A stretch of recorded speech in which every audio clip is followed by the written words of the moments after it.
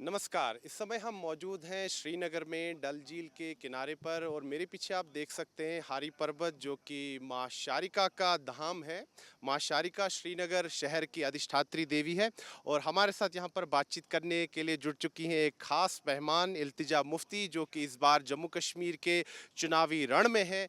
बिजबिहाड़ा जो विधानसभा क्षेत्र है वहाँ से पीडीपी की उम्मीदवार है। हम इनसे बातचीत करते हैं। इल्तिजा जी, सबसे पहले आज तक से बातचीत करने के लिए बहुत बहुत धन्यवाद, शुक्रिया, नमस्कार, आदाब। आदाब, नमस्ते। तो इल्तिजा जी, आप चुनावी रण में हैं, आप एक युवा चेहरा हैं, तो आप बड़ी अपनी बात जो है बेबाकी से रखती हैं। तो मुझे बताइए कि इस चुनाव का पीडीपी के लिए क्या महत्व है? आई डोंट थिंक ये चुनाव इज़ जस्ट अबाउट पीडीपी। ये लोगों के बारे में है। आप जानते हैं पिछले 10 साल से यहाँ असेंबली इलेक्शन ही हुआ और लोगों में बहुत दम है। यहाँ पे बाबूडम चल रहा है। पिछले 5 सालों से बाहर के ऑफिसर्स को लाके वो वाइसरॉय की तरह बिहेव करते हैं। कोई पॉलिटिकल अकाउंटेबिलिटी नहीं है। तो एक बात अच्छी है, ऑल्दो ये असेंबली बहुत डिसम्पावर्ड होगी, वीक होगी, लेकिन फाइनली लोगों के जो मसाइल हैं वो हल होंगे। उनके अपने नुमाइंदे अब उस असेंबली में बैठेंगे जो खाली है पिछले 10 सालों से। इल्तिजा जी, आपने कई बार बात की है महिला सशक्तिकरण की कि महिलाओं को और सशक्त करने की आवश्यकता है। लेकिन अगर मैं आपको थोड़ा पीछे लेकर जाऊं, जब अनुच्छेद 370-35 से जम्मू कश्मीर में था, वो प्रणाली थी, वो सिस्टम था, तब यहाँ के जो स्टेट सब्जेक्ट लॉज थे, जो कि वो बाई प्रोडक्ट थे इन्हीं आर्टिकल्स के, वो काफ़ी डिस्क्रिमिनेटरी थे, भेदभावपूर्ण थे, खासतौर पर महिलाओं के लिए। मुझे उसमें ज़्यादा बताने की आवश्यकता नहीं, आपको पता है कि अगर जम्मू कश्मीर की कोई महिला बाहर किसी व्यक्ति से शादी करती थी जो कि जम्मू कश्मीर का स्टेट सब्जेक्ट नहीं था, 2002 तक उसकी अपने स्टेट सब्जेक्ट राइट्स चले जाते थे। फिर सुनिए सुनिए सुनिए सुनिए, तो मैं अपना सवाल पूरा कर लूँ। फिर 2002 में डॉक्टर सुशीला साहनी वर्सेस जम्मू कश्मीर सरकार का जो केस था, उसमें जम्मू कश्मीर उच्च न्यायालय ने अपना वर्डिक्ट दिया और कहा कि अगर जम्मू कश्मीर की बेटी बाहर भी किसी से शादी करती है तो वो अपने स्टेट सब्जेक्ट राइट्स नहीं खो सकती। लेकिन उसमें वो अधूरा रिलीफ था क्योंकि वो एक पर्टिकुलर सब्जेक्ट से डील कर रहा था। जो उस महिला का पति है या जो उस महिला के बच्चे हैं उनको स्टेट सब्जेक्ट राइट्स नहीं मिल रहे थे, जबकि अगर पुरुष यहाँ का बाहर की महिला से शादी करता था उस महिला को भी स्टेट सब्जेक्ट राइट्स मिल जाते थे, उनके बच्चों को। बट ये तो लेकिन नहीं, आप लंबा सा आपका सवाल लगता है मेरे जवाब से भी ज़्यादा लंबा होगा।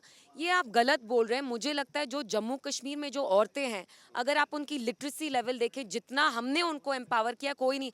जो आप केस का बोल रहे हैं वो चेंज होने वाला था जब महबूबा जी की सरकार आई, स्टैम्प ड्यूटी हमने हटाई। We wanted to empower women. ये गलत इंप्रेशन है। आप एक ही पहलू देते हैं कि ये डिस्क्रिमिनेटरी लॉ था। मुझे लगता है जहाँ जम्मू कश्मीर की औरतें जितनी एम्पावर्ड हैं, एजुकेटेड है, मुल्क में कहीं और ना वो सेफ है ना वो एम्पावर्ड है। अच्छा इल्तिजा जो जी, आप कह रहे हैं वो एक पार्ट था। उसके लिए हमें 370 एब्रोगेट नहीं करना चाहता, जरूरी नहीं था। हम ये चेंज कर सकते थे और हमारी असेंबली खुद ये चेंज भी कर सकती थी। बिल्कुल ये इल्तिजा जी, छोटी आप सही बात कर जो रहे हैं कि आपने ऐसे एक पॉइंट नहीं। सुनिए कंक्लूड सुनिए, किया। विधानसभा कर सकती थी।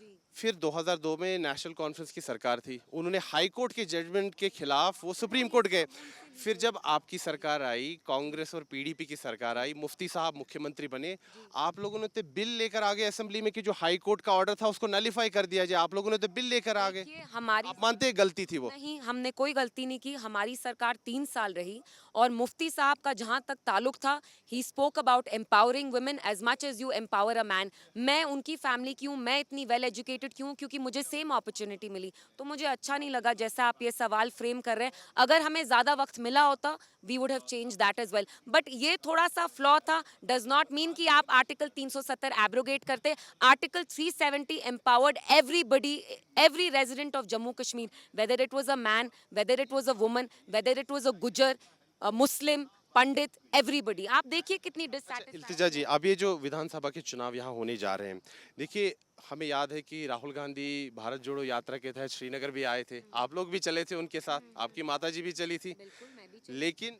जब गठबंधन की बात आई, चाहे लोकसभा हो या विधानसभा, आपको तो दरकिनार कर दिया।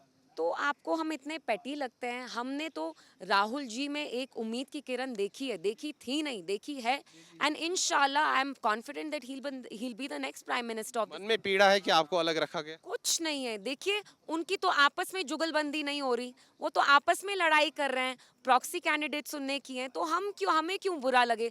हमें बुरा लगता है कि अगर साथ में वही चले होते तो बात बनती। उनकी तो आपस में नहीं बन रही है। एक वो बानेहाल में लीडर को ये वो कुछ बोलते हैं, अगले दिन तो ये अच्छा नहीं लगता। खुद वो अपना कोएलिशन तो किसी एंगल से लग। इल्तिजा जी, क्या पीडीपी किंग मेकर की भूमिका निभानी चाहेगी जो विधानसभा के परिणाम आएंगे? आप क्या चाहते हैं कि इस तरह के परिणाम आए कि सत्ता की चाबी आपके पास हो? चाहने को तो मैं कुछ भी चाहूँ तो मिलता तो नहीं है ना। So but the fact is कि पीडीपी किंग मेकर होगी।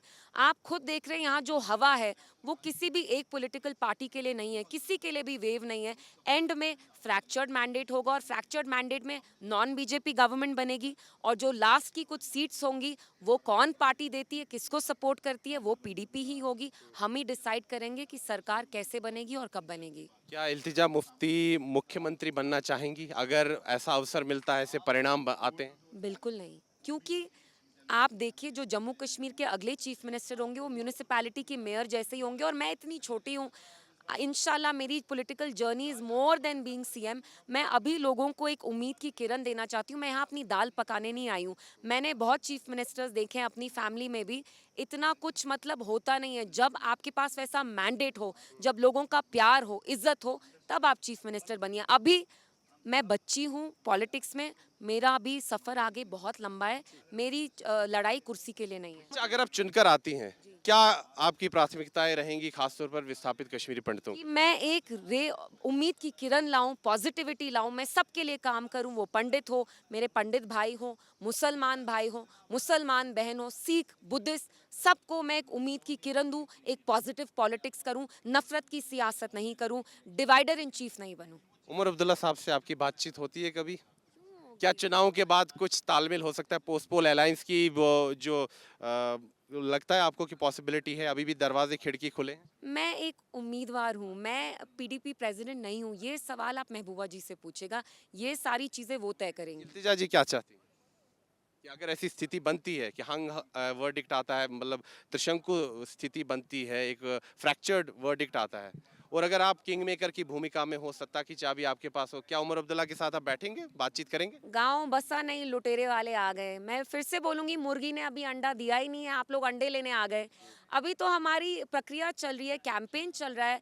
Late people cast their votes, let them. इतनी क्या आप हड़बड़ाहट कर रहे हैं? मीडिया कौन किसके साथ जुगलबंदी करेगा? लेट्स सी, अभी बहुत टाइम है। सब कुछ यहाँ बोलूँगी तो बाद में हम क्या करेंगे? इल्तिजा मुफ्ती, आपने हमारे साथ बातचीत की, इसके लिए बहुत-बहुत धन्यवाद। Thank thank you for having me. Thank you. Thank you. तो ये थी इल्तिजा मुफ्ती, पीडीपी की बिजबिहाड़ा विधानसभा क्षेत्र से उम्मीदवार, चुनावी रण में इस बार दिखेंगी, और इनका कहना है कि जम्मू कश्मीर में जो मुद्दे हैं इन पर ये काम करेंगी और जो जनता की अपेक्षाएं हैं उन पर भी खरी उतरेंगी, ऐसा इनका दावा है। सुनील भट्ट, श्रीनगर, आज तक।